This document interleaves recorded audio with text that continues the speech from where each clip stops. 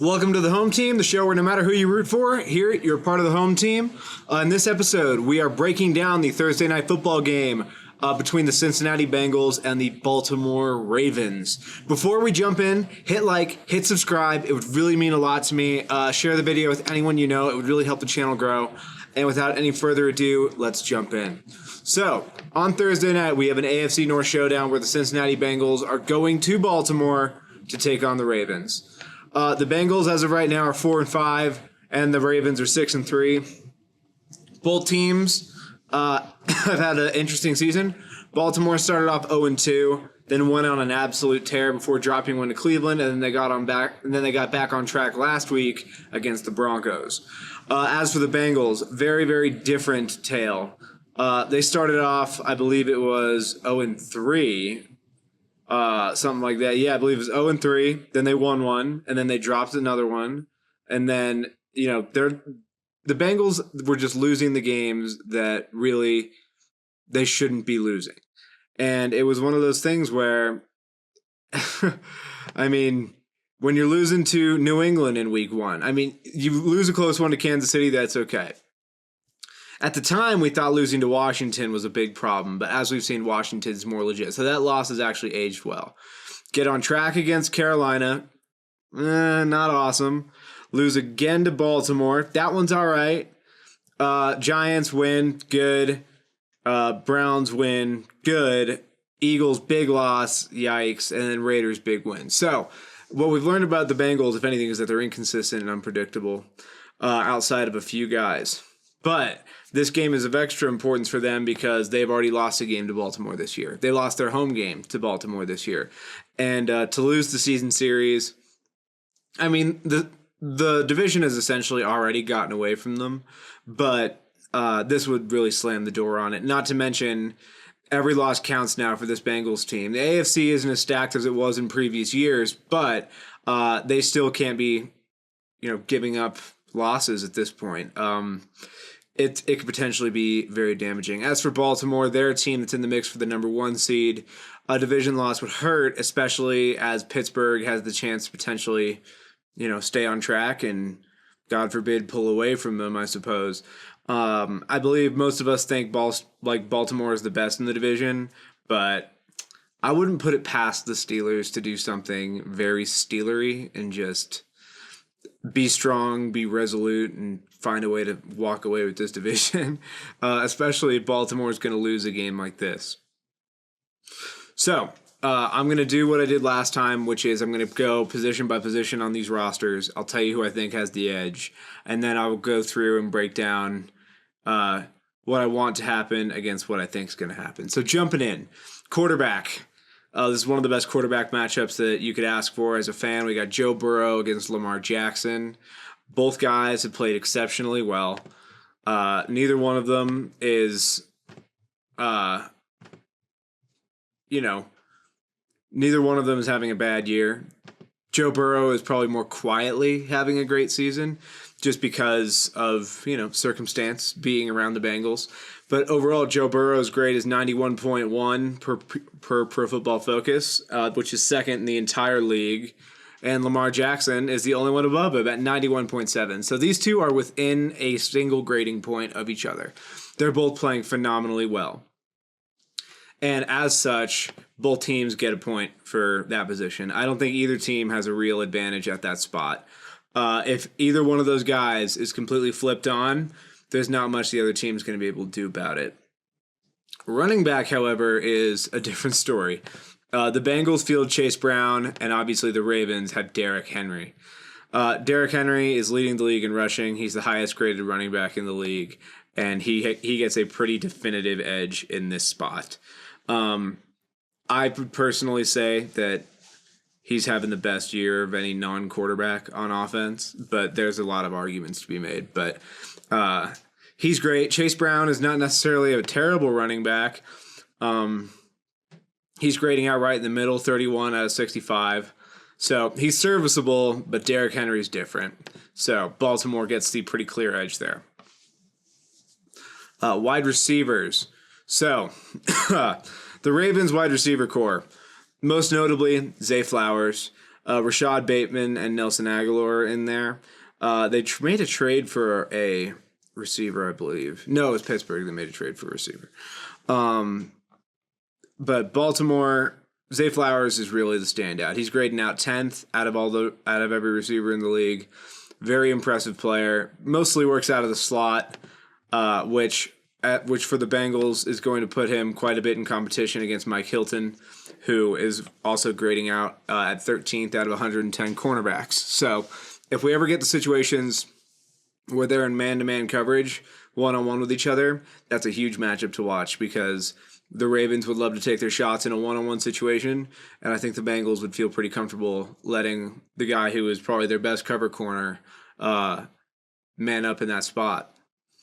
As for the Bengals, they are obviously spearheaded by Jamar Chase at wide receiver.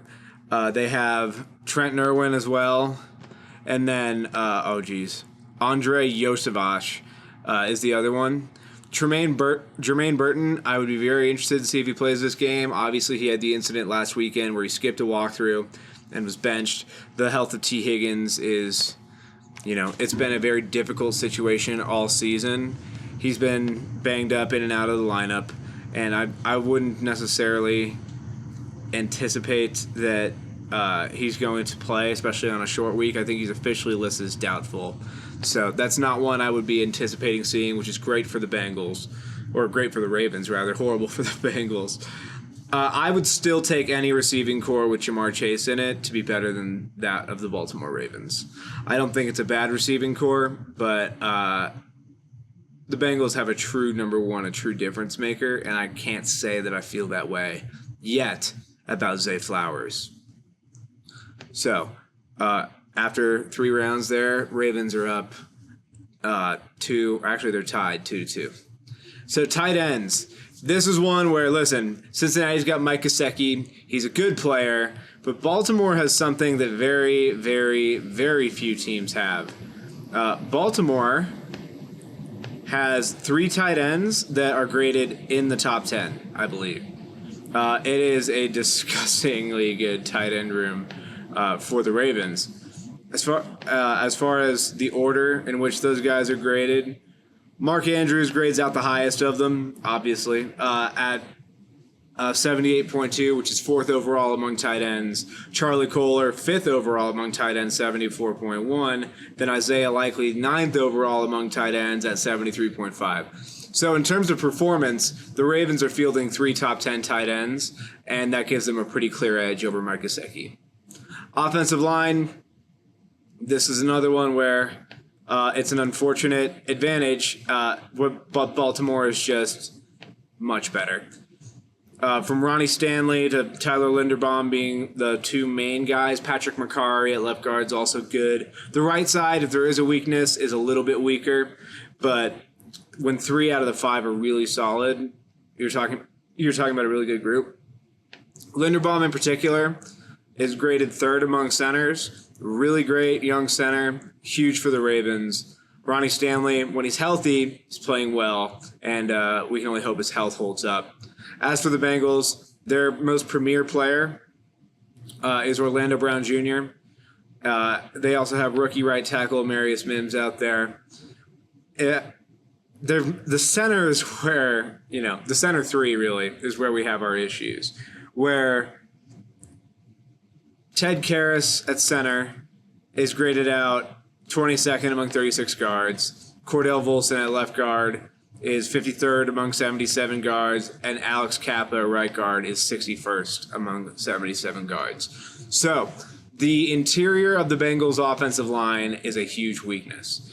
Orlando Brown is 38th out of 77 tackles, so he's right in the middle. Nothing spectacular, but certainly nothing world-shattering. And then Amarius Mims is 63rd out of 77. So while he's young and can get a lot better, at the moment, a bit of a liability along the offensive line there. So I would look for the Ravens' defensive line, which, listen, they don't have a ton of guys that are bona fide stars, but they don't really have a weakness over there. They have a lot of guys that are just really, really solid. I would look for them to have an advantage on that matchup, which means a lot of quick passes. The run game is going to be essential. And I think that the Ravens' defense, they're their best scenario of this game is their defensive line and front seven on the whole taking advantage of a underperforming Cincinnati front. In terms of who gets the advantage, it's the Ravens. They've made more investment there, more legitimate investment. The Bengals are a team that really like to go sort of bargain shopping. They like to have guys that they can plug in for a year or two, which I don't mind that. That's actually a good strategy if you're plugging them in for a year or two. But now they've been treated as like the long-term starters. Some of those guys have been there 3 years now, and that's a recipe to, eventually have the unit degrade. So defensive line, this is a very different conversation. We'll start with Baltimore here.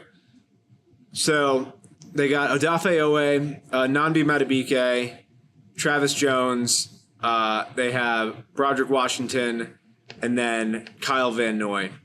The Ravens are the rare team in the league right now that plays a 3-4 defense, which I think is criminal. I think that if you can properly execute a 3-4 defense, I think that the way that the league is going, in terms of lots of quick passes and you need athletic guys out there, if you can execute a 3-4 scheme, that's huge. And for those of you that don't know what a 3-4 scheme is, it's 3 down linemen, 4 linebackers. And usually the 2 outside linebackers essentially replace what the defensive ends would be. So the Ravens, though, will have that defense tends to yield a speed advantage on the edge. Kyle Van Noy in particular is having a great year. He's graded out at 80.6 right now, which is 17th among 114 edge rushers. So he's doing really well. And then Odafe Owe is 30th. So they have 2 guys that are in the top 30, which is very impressive. Nnamdi Madubuike, who got a big contract in the offseason, is really good on the defensive interior. Travis Jones is also playing well. The Bengals are a team that play very differently, whereas the Ravens, these guys, while not star-studded necessarily, they're very much one of those depth units where, yeah, you don't necessarily need to double team any one guy, but that gives a lot of these dudes who are really good one-on-one shots, and eventually one of these guys wins their matchup. What the Bengals do, on the other hand, is they have one dude who's just really freaking good in Trey Hendrickson. So he's graded out at 6th among 114 edge rushers at 89.9. So he is an elite player. He had 4 sacks last week. Sacks are a bit of an overrated stat, but there is something to them. And Hendrickson has always been very disruptive. And given that he's really the only player along this defensive line that's performing up to like a high standard, he's needed. They also have Miles Murphy, the rookie from last year, on the other end. He's ranked 94th out of 114, so not doing great. Sheldon Rankins is on the interior, 68th out of 124. But B.J. Hill is playing actually quite well. He's ranked 12th out of 124. So can the combination of Trey Hendrickson and B.J. Hill essentially make up for the weakness of the other guys? And then can the backup guys come in there and also hold their own? It's a pretty significant question, given that the strength of the Ravens is their offensive line. But they also have Sam Hubbard, who comes in as well, and he's graded out currently as the 58th edge. So he's sort of in the middle, which, given where he started this year, which was quite low, I think that the Bengals could probably count that as he's improving as the year goes along. Ultimately, I'm going to give them both a point for a very simple reason. The Ravens obviously have a very good depth group, but despite not always having a great group with him, Trey Hendrickson is continuing to make a very big impact. And I would say that ultimately, if he can wreck the game, they can have the same impact as the Ravens group. Would I prefer Baltimore's group? Yes. But I have to trust what I'm watching, which is despite getting double teamed, despite getting chipped, Trey Hendrickson is still doing a really good job. So I'm going to give them both a point because I just can't stomach giving a defensive line with Trey Hendrickson on it. I can't consider them a disadvantage. Linebacker. So for the Ravens, Roquan Smith is the centerpiece, obviously. He's a great player. Not quite playing up to his standards so far through the season. By no means having a bad year, but he's not graded out as like I think he ended last year as like the number 2 graded linebacker behind Fred Warner, something like that. He ended up graded really high. Let me check. No, he graded out as 15th, but that tends to be because he's a thumping linebacker, so sometimes he can get caught up a little bit in coverage, but it's really difficult to get anything by him running. The other linebacker for the Ravens is Trenton Simpson, who is playing at a pretty good level as well. So the Ravens linebackers are our strength, I would say. As for the Bengals, Logan Wilson is the centerpiece at linebacker for them. An extremely underrated linebacker, doesn't get nearly the credit he deserves, probably because he's not super flashy, and the Bengals aren't a team that people are really watching for their defense. But in this game, watch number 55 for Cincinnati, he tends to flash a couple times. Jermaine Pratt is another linebacker that plays a lot for the Bengals. He's been there for quite a while at this point. Currently graded out as the 45th linebacker out of 83. Logan Wilson's graded 11th, so he's playing quite well. And then I'll just tell you what the Ravens guys rank because I forgot to, shall I? So Simpson is ranked 23rd, and Roquan Smith is at 59th right now, which I don't expect that to stay the same with Roquan Smith. Overall, I would say that the linebackers in this game, I'm going to give the slight advantage to Baltimore because I really am somebody that believes a lot in Roquan Smith's ability as a force multiplier. His arrival in Baltimore coincided with the reemergence of their defense. He also helped to, ignite Patrick Queen in a way that ended up getting him a really nice contract from the Steelers. And he was somebody that was pretty much underperforming until Roquan Smith arrived. So he's the type of guy that's making everybody better, and he's a huge reason that the Ravens defense is playing as well as it is. So I'll give Baltimore the edge there, though it is closer than you would think just on name value. Defensive backs. Okay, this is not as close. This is Baltimore all the way. I'll start with the Bengals guys, and then I'll explain why Baltimore is simply better in the secondary, okay? So, Cam Taylor-Britt is one of the corners. The other one is DJ Turner. When the nickel comes in, it's Mike Hilton, who is their best coverage guy. Mike Hilton's is graded 13th out of 110 corners. Cam Taylor-Britt 76th out of 110, and then Turner is 49th out of 110. So overall, they really only have one corner that's in the top, that's in the top part of this type of list. Cam Taylor-Britt has obviously drawn a lot of attention because he's talked a lot and then subsequently got burned, except for one really good play against Xavier Worthy in the Kansas City game. But the corners of the Bengals outside of Mike Hilton are not playing well. And then in the safety room, we have Geno Stone and then Von Bell. I'm not 100% sure why Jordan Battle doesn't get more playing time. In fact, let me pull up Jordan Battle here real quick, shall we? And let's see if he's just really underperforming. But I remember seeing him flash.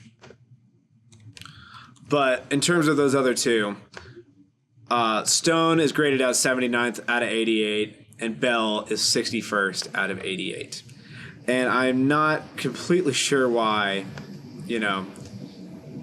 we haven't been able to see someone like Jordan Battle.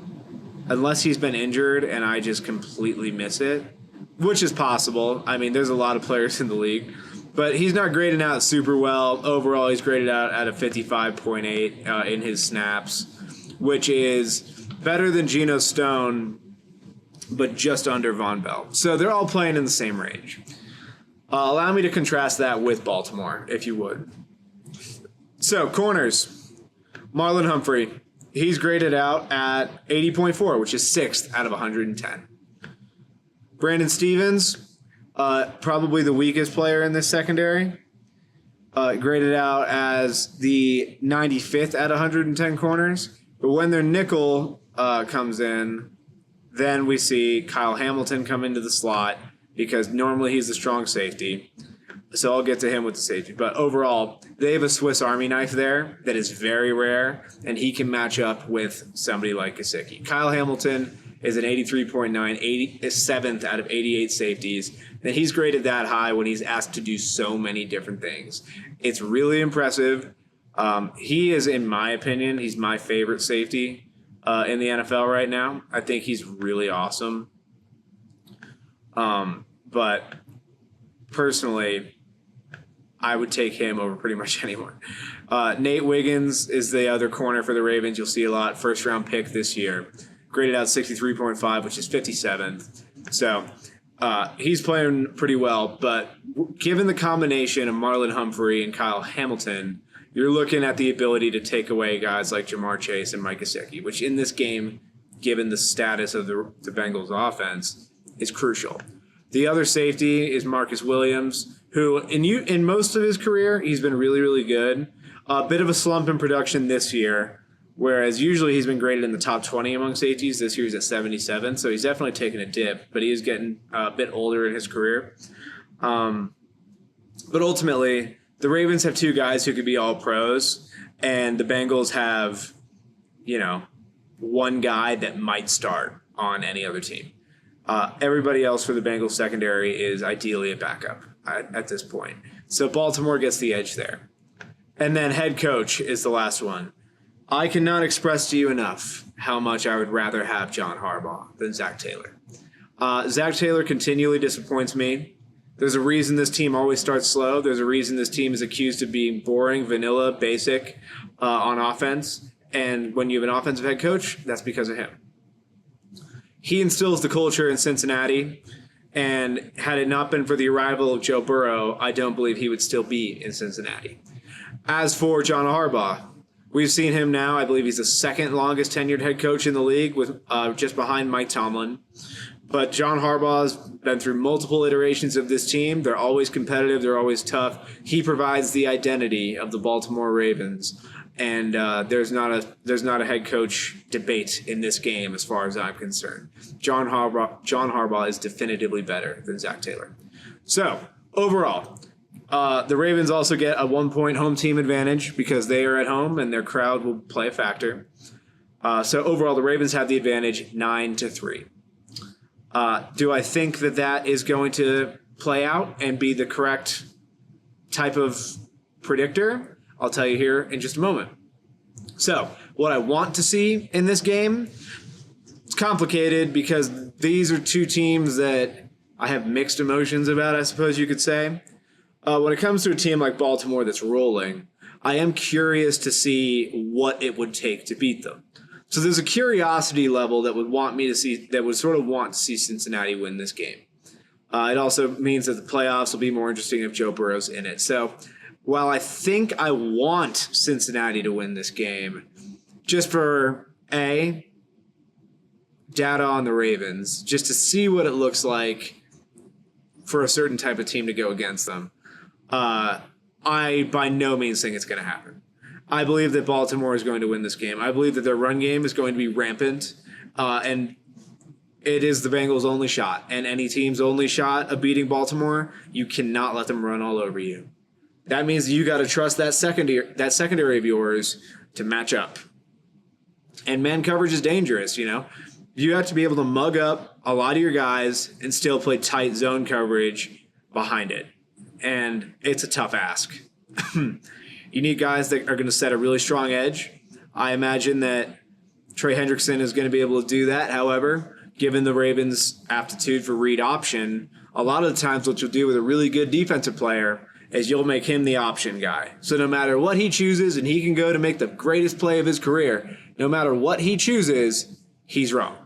So I wouldn't be shocked by that, but that means your other linebackers or a safety or a corner or whoever is responsible for filling that gap behind him, they have to be able to fire. And based on everything we've seen from Cincinnati this year from their defense, I have no faith in it. Ultimately, the Bengals defense, despite playing better against teams like the Raiders and the Panthers, their defense is still 15th. And when they play good teams, it's far worse than that. I also believe that with Baltimore's offense being ranked first in the league right now, they're in danger. The Broncos had a hell of a time stopping the Ravens, giving up 41 points. Do I think Lamar is going to play that well? No, not because the Bengals defense is going to do anything about it, but because that is just a rare level of having, the switch flipped on and he dominated. So I don't think Lamar is going to do that, but I do think that Lamar has more than enough to bring it to the Bengals. As for the Cincinnati offense, I think they're going to play well, if I had to guess. The Ravens defense, while it's playing overall good, they're a top 10 unit still. You can see the cracks in the armor sometimes, and with Joe Burrow playing as well as he is, with Jamar Chase, I think that they're going to have their moments. This game is really going to come down to the Bengals defense, essentially, in my opinion. If the Bengals offense comes out with a Herculean effort, maybe it won't matter, but it's going to take a hell of a game. The biggest X factor and the biggest most level talent thing, essentially, is Joe Burrow and Lamar Jackson can both take over a game, and if one is more flipped on than the other, it won't matter about the rest of this. The only other factor is they're both in the same division. Division games can get weird. They know each other really well. They face each other multiple times throughout these years. These staffs are not new. A lot of these players are not new. So with that level of familiarity, it could be more of a dogfight, which I would count on it probably being. But ultimately, I think Baltimore just has too much, and Baltimore's ability to impose their will is among the most impressive in the entire league. So with that being said, I'm going to take the Baltimore Ravens to defeat the Cincinnati Bengals on Thursday Night Football. Let me know if you agree with me. I'm sure you'll let me know if you disagree with me. So hit like, hit subscribe. Ravens fans, Bengals fans, lock in for tomorrow night, or when this video comes out, it'll be tonight. So lock in for tonight's game, and then enjoy the rest of the weekend of football. Everybody else, enjoy the game, and I hope everybody comes out happy, healthy. Have a great time. Peace.